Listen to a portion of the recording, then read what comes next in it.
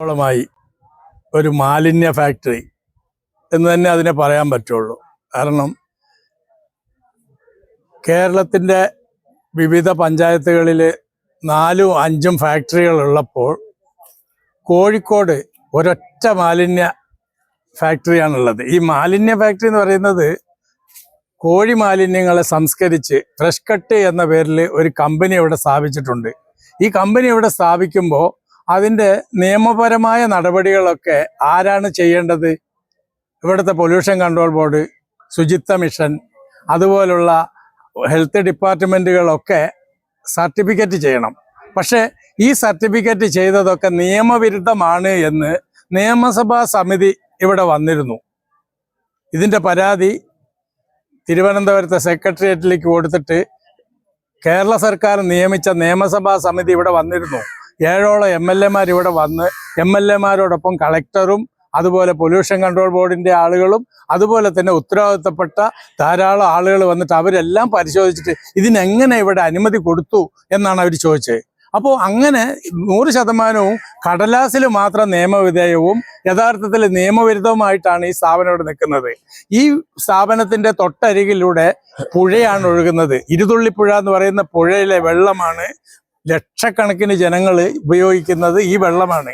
ഇത് താമരശ്ശേരി പഞ്ചായത്തിലെ ജനങ്ങൾക്ക് കുടിക്കാനുള്ള കുടിവെള്ളവും, ജലനിധി സപ്ലൈ ചെയ്യുന്ന കുടിവെള്ളം, താലൂക്ക് ആശുപത്രിയിൽ സപ്ലൈ ചെയ്യുന്ന കുടിവെള്ളം, NIT വിദ്യാർത്ഥികൾ കുടിക്കുന്ന കുടിവെള്ളം, അതുപോലെ തന്നെ വാട്ടർ അതോറിറ്റി സപ്ലൈ ചെയ്യുന്ന കുടിവെള്ളം മുഴുവനും മാലിന്യം കലർന്നതെന്ന് മാത്രമല്ല ഈ പരിസ്ഥിതിയെ തന്നെ അങ്ങേയറ്റം ദുഷിപ്പിക്കുന്ന ഒരു സംവിധാനമാണിത്. എന്നിട്ട് നാട്ടുകാർ 4-5 കൊല്ലമായിട്ട് ഗാന്ധിയൻ മുറയിൽ സമരം ചെയ്തു വരികയാണ്.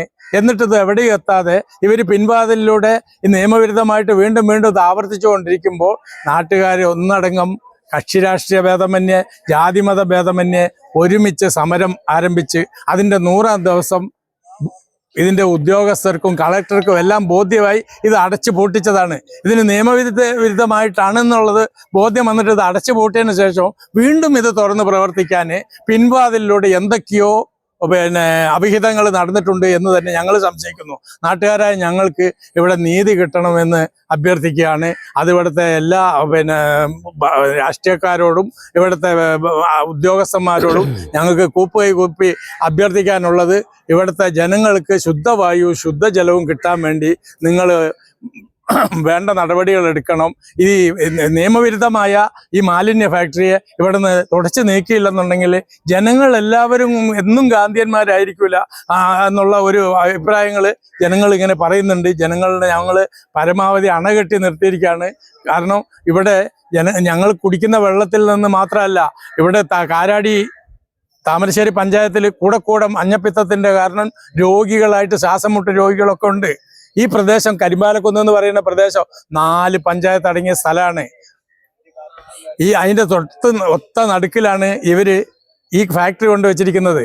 കാരണം ഇതിന് പഠന റിപ്പോർട്ട് നടത്തേണ്ടത് ഗവൺമെൻറ് നടത്തുന്നതല്ല, ഈ മുതലാളി നടത്തിയിട്ടുള്ള പഠന റിപ്പോർട്ടാണ്. എങ്ങനെ ഇവിടുത്തെ രാഷ്ട്രീയക്കാരെ മെരുക്കാം, എങ്ങനെ ഉദ്യോഗസ്ഥന്മാരെ പറ്റിക്കാം എന്നെല്ലാം കരുതിക്കൊണ്ട് കട്ടിപ്പാറ, താമരശ്ശേരി, ഓമശ്ശേരി, കോടഞ്ചേരി ഈ 4 പഞ്ചായത്തിൻ്റെയും മധ്യത്തിൽ കൊണ്ടുവന്നിട്ട് നിയമവിരുദ്ധമായി പുഴയുടെ അരികിൽ കൊണ്ടുവന്ന് ഈ സ്ഥാപനം സ്ഥാപിച്ചിരിക്കുന്നത് ഇവിടുത്തെ ഉദ്യോഗസ്ഥന്മാരും ഇവിടുത്തെ MLA ഉൾപ്പെടുന്ന ഗവൺമെന്റിന്റെ നേതാക്കളും എല്ലാവരും വന്ന് കണ്ടിട്ട് ഇതിന് എങ്ങനെ അനുമതി കൊടുത്തു എന്ന് ചോദിച്ച സ്ഥാപനത്തിൽ ഈ നിയമവിരുദ്ധ സ്ഥാപനം ഇവിടെ നിലനിൽക്കുകയാണ്.